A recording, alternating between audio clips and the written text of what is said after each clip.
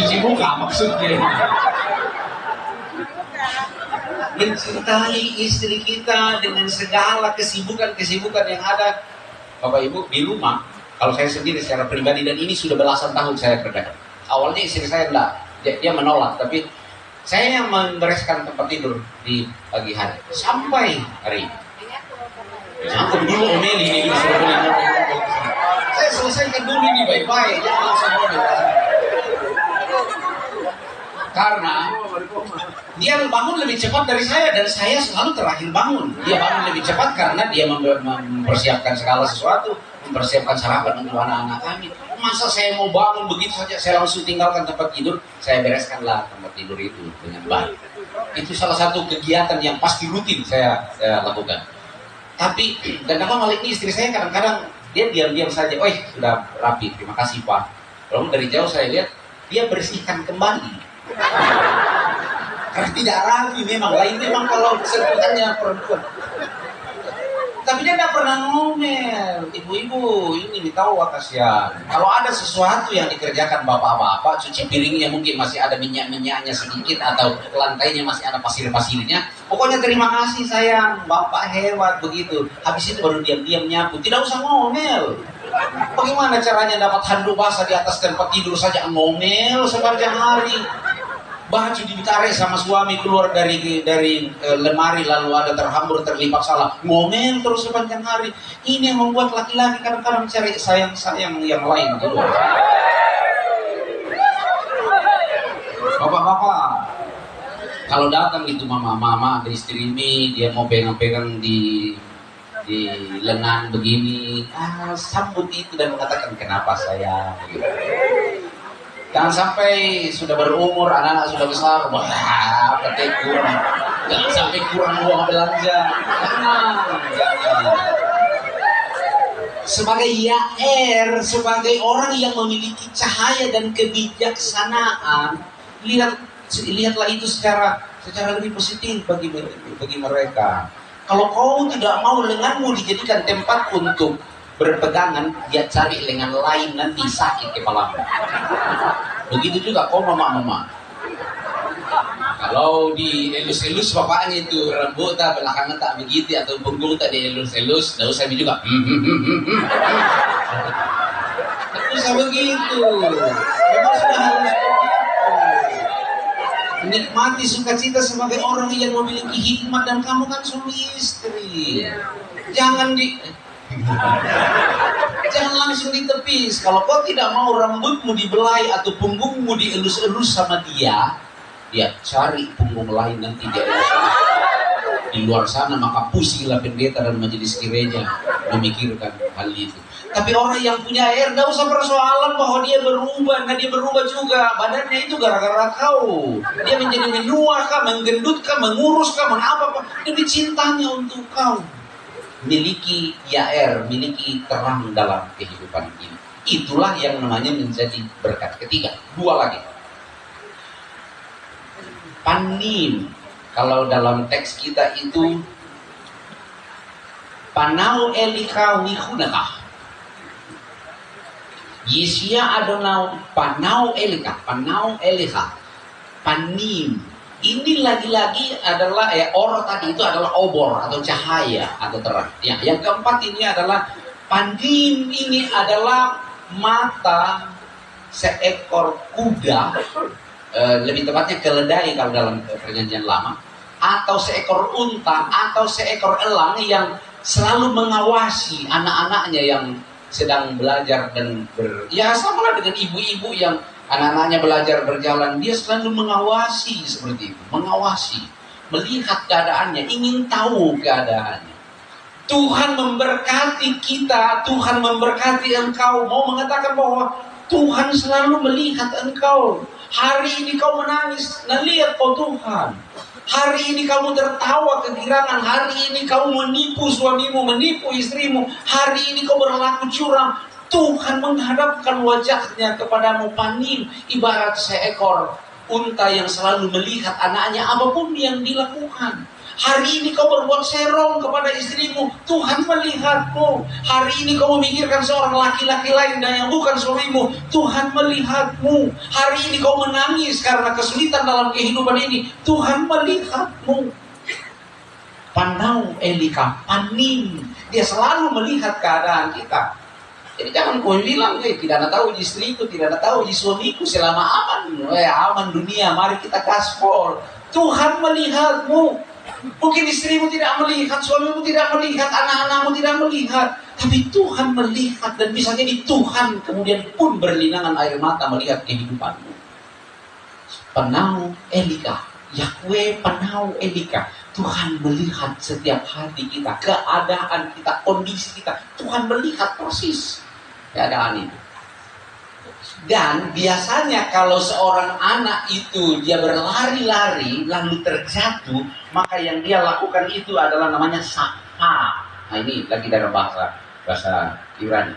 Ketika seorang anak misalnya ditanya, kenapa di mana, siapa yang menangis? Orang akan bilang, anakmu atau si ini lagi sapa. Sapa itu dalam bahasa Yunani, Ibrani, itu yang kemudian menjadi akar kata dari syafaat.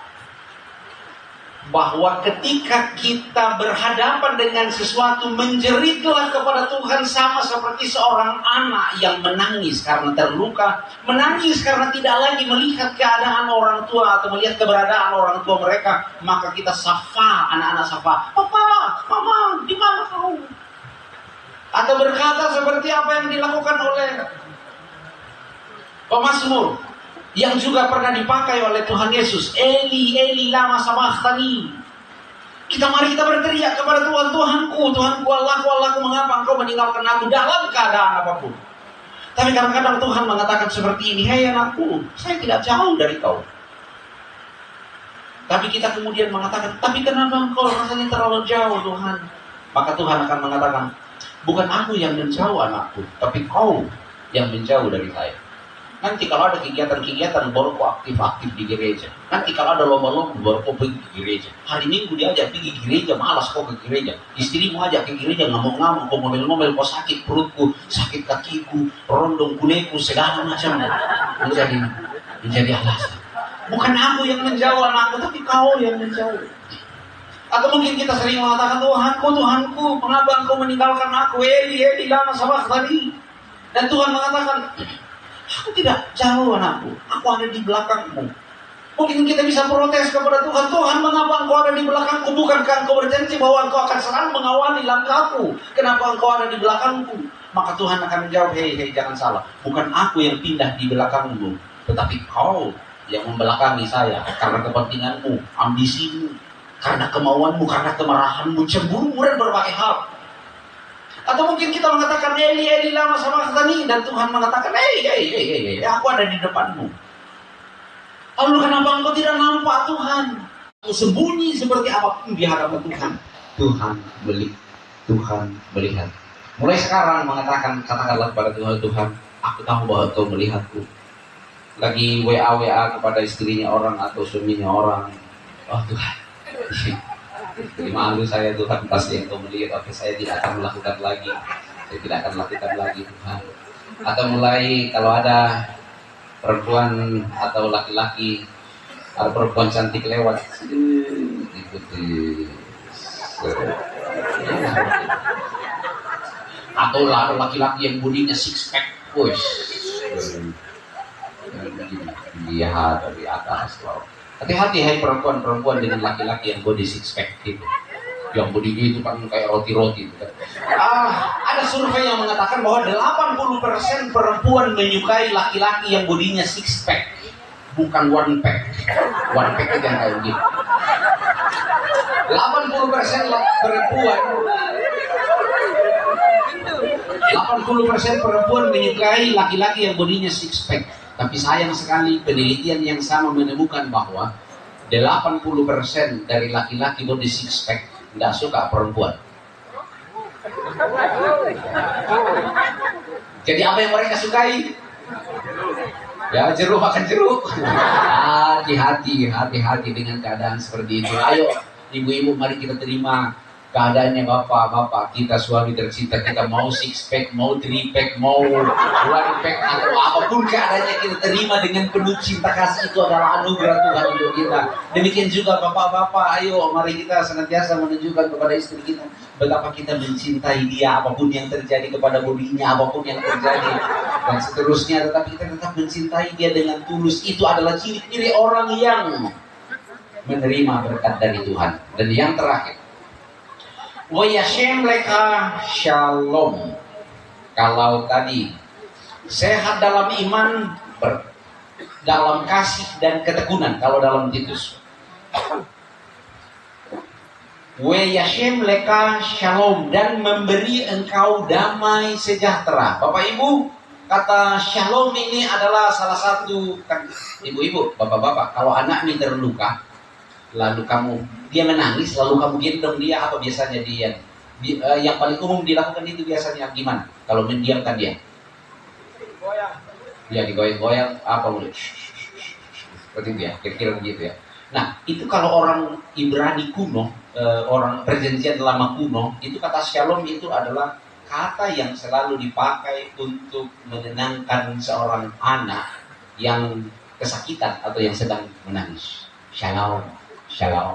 Seperti itu. Nah, tetapi dalam hal ini Bu Bapak, ketika seorang anak kecil berlari-lari, lalu dia terjerembab, dia terjatuh, lalu lututnya terluka, dan setelah itu dia menangis, lalu datanglah mamanya untuk merangkul dia. Pertanyaannya adalah, ketika mamanya merangkul dia atau bapaknya merangkul dia, apakah dia bisa berdiam setelah itu? Dia bisa berdiam setelah itu, dia berhenti menangis. Tapi pertanyaannya, apakah lukanya sudah sembuh atau masih tetap luka? Masih tetap luka, tetap tangisnya berhenti karena dia merasakan shalom itu. Shalom bukan berarti bahwa kita tanpa luka, tanpa rasa sakit. Tapi shalom itu adalah penerimaan kita terhadap keadaan kita dan mengatakan, kalaupun aku ada, kalaupun keberadaan saya seperti ini, tapi saya tahu Tuhan bersama saya dan Tuhan menggendong saya pada saat ini, bahwa Tuhan selalu bersama-sama dengan saya. Saya dulu pernah kecewa, dalam banyak hal saya kecewa. Ketika masa pertumbuhan saya merasa Tuhan tidak adil karena teman-teman saya punya ayah, tapi saya sendiri hanya dibesarkan oleh seorang ibu.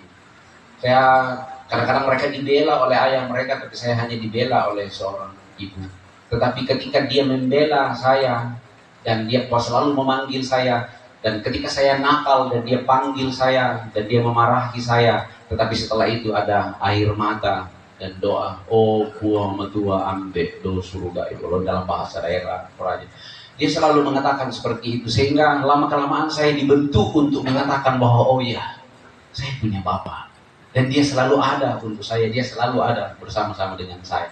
Dan dari situlah kemudian ketika saya memutuskan untuk menjadi seorang hamba Tuhan, saya kemudian menjadi sangat tertarik dengan salah satu bahan Alkitab ini. Dan ini pula lah yang kemudian menjadi kata berkat ini yang diberikan oleh Panida untuk kita dalami bersama.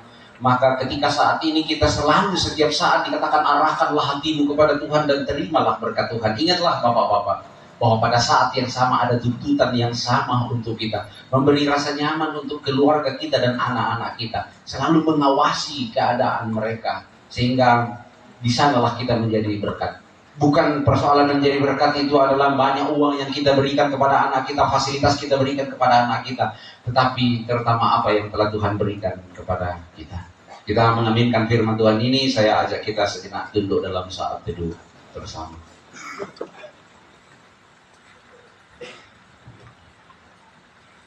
Tuhan telah memberikan berkat untuk kita sepanjang sejarah. Tuhan memberkati engkau dan melindungi engkau. Tuhan menyinari engkau dengan wajahnya dan memberi engkau kasih karunia. Tuhan menghadapkan wajahnya kepadamu dan memberi engkau damai sejahtera. Ya barha Adonai wajis mereha. Ya Adonai panaweli kawi kuneka. Yesya Adonai panau elika wiyashef leka shalom. Di sana ada bara ketika Tuhan menjemput dan merendahkan dirinya supaya kita menikmati kasih-Nya. Di sana ada Samar, di mana Tuhan membiarkan dirinya sendiri terluka untuk melindungi kita. Di sana ada Or, terang dari Tuhan, untuk membuat terang hati kita meskipun kadang-kadang kita harus berhadapan dengan gelapnya kehidupan, dengan banyaknya masalah kehidupan. Dalam berkat itu ada Panim, bahwa Tuhan mengawasi kita, bagaikan seorang ibu mengawasi anaknya, ayah mengawasi anaknya. Dan di sana ada Shalom, sehingga kita merasakan dekapan kasih Tuhan meskipun kita terluka. Kita merasakan kelegaan meskipun kegelisahan itu sering silih berganti datang. Tapi Shalom dari Tuhan akan senantiasa bersama kita untuk menjadi Bapa yang sederhana, terhormat, bijaksana, sehat dalam iman, dan terus bertekun dalam kasih.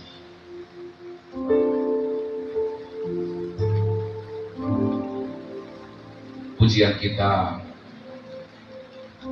akan selalu memuji, memuliakan Tuhan, dan kita kumandangkan, maka jiwaku pun memuji.